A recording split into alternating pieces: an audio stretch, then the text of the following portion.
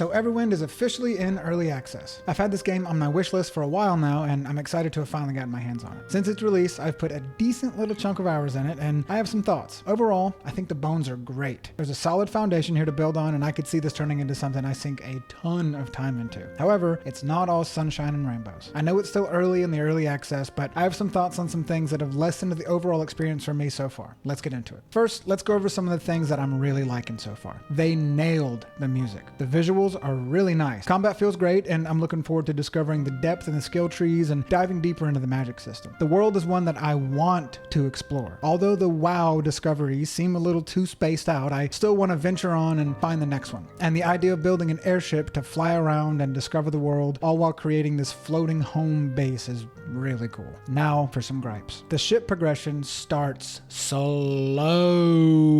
Hell, the ship in general starts slow. I first started playing, made my way through the tutorial, and was having a blast. Then I got on the ship for the first time. Oh, we're moving! Are we moving?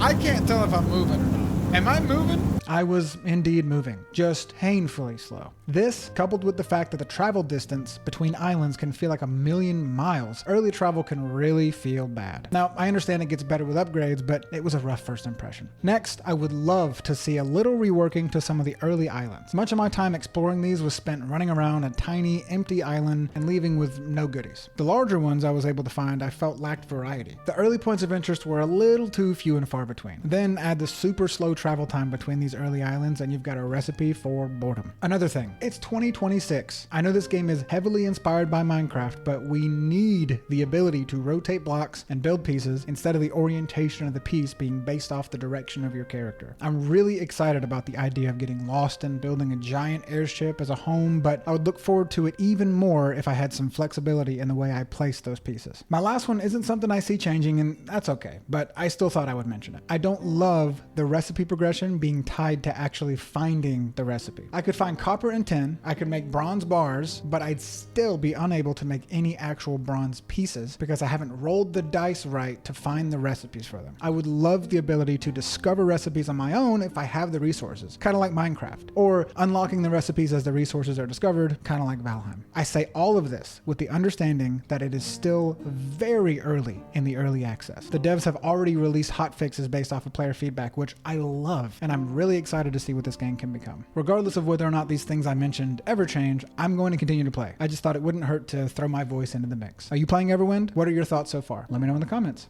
Love you.